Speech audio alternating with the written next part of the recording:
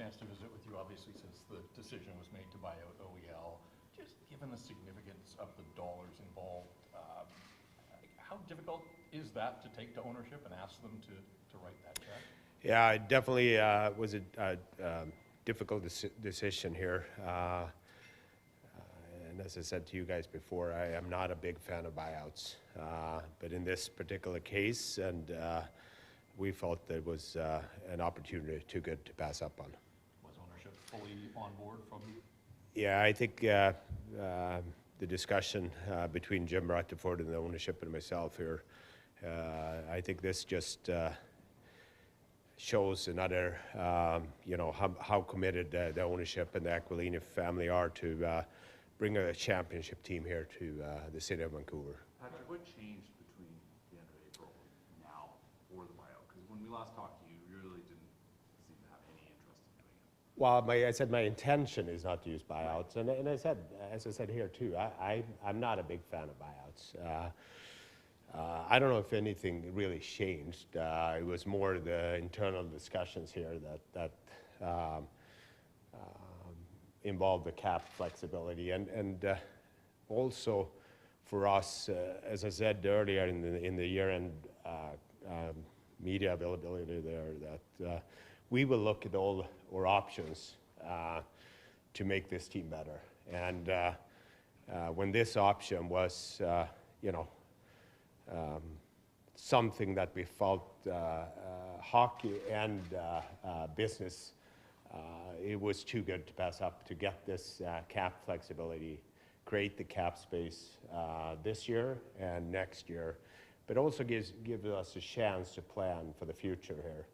And we see this as a long-term commitment, and it's not just a quick fix. Patrick, you mentioned the business and the hockey side, because in addition to the immediate cap savings for your club, there's $14 million in real cash savings over the next 2 years. What was the bigger impetus for executing the buyout, the salary considerations or the cap considerations?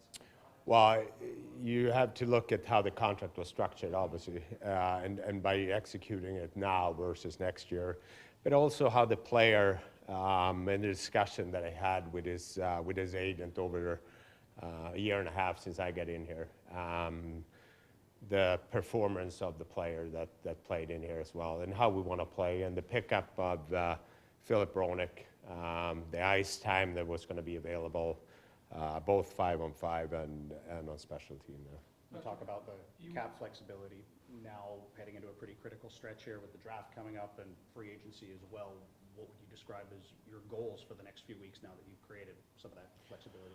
Well, again, going back to one of the first times that I talked here, my goal is just not to create cap space. Our goal is to improve our hockey team.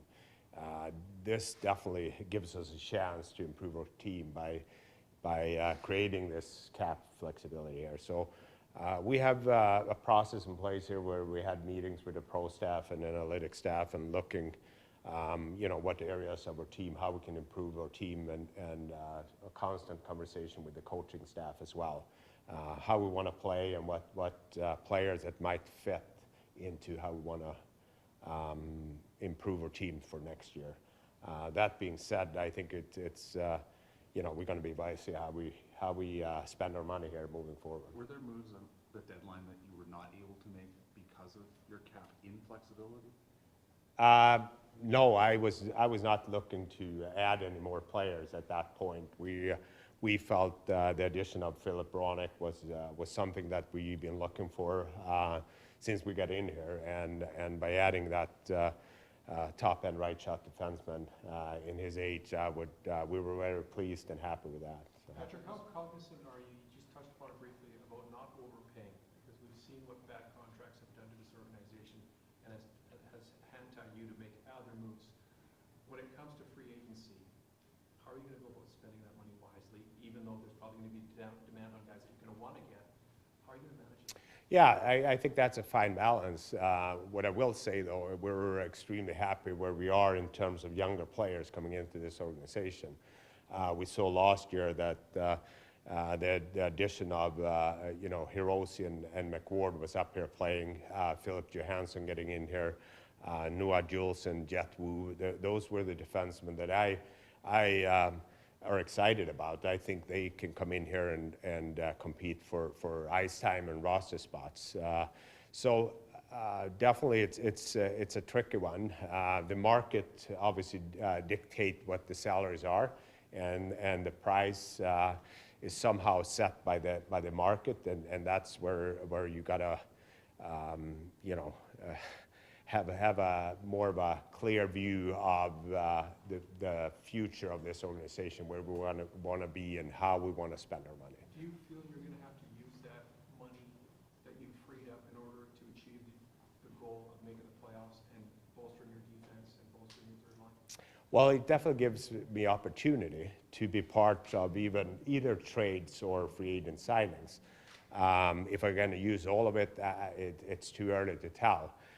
What I want to use it is definitely to improve our team in some of the areas that we need to, based on the exit meetings and conversation I had with the coaching staff since our last game. Patrik, Oliver Ekman-Larsson's camp indicated that they were surprised to media about the buyout. Did you just have to make a judgment call that fundamentally there was no other way out of that particular commitment?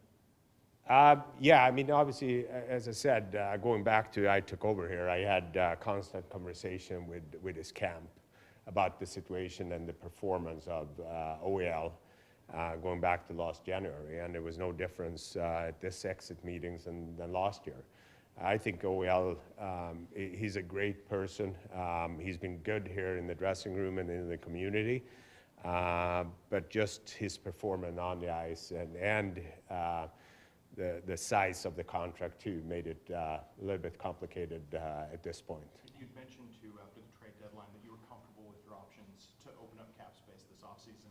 Obviously you have done that, but in the back of your mind then, was this an option that you sort of knew was like a break glass in case of emergency when available to you? Well, I don't know if I said I was going to open up. I said we would be compliant, and I was definitely comfortable with that. But that being said, we would have been compliant coming back with the same team. And we didn't want to come back with the same team because we weren't happy with our performance last year. So we went through all our options, and in order to get better and get the flexibility to add some players to our team, that's where we wanted to execute this option by buying out Oliver. Patrik, I think everybody in this room would agree OEL is a first-class human being. What's the mechanism of triggering a buyout? Did you break the news to him, or do you just deal with his agent? I dealt with his agent first, and I agree. Oliver is he's been around. He's a very classy person. A lot of respect for him as a person and what he brings here and brought here for the 2 years he was here. Sometimes it's just not a great fit when trades happen, and this team wasn't a great fit for Oliver coming in here. I don't know what his expectations were. I know it's been tough playing for two different coaches, and it was just the right time for us to move on here. With that buyout and with Ethan Bear's injury, how much work do you feel you need to do? Yeah, there's no doubt that there is a lot of work to be done here in order for us to get better. We're well aware of that, and we've been digging in and checking in what's available around the league, and being part of, for myself, being part of discussions that goes around here.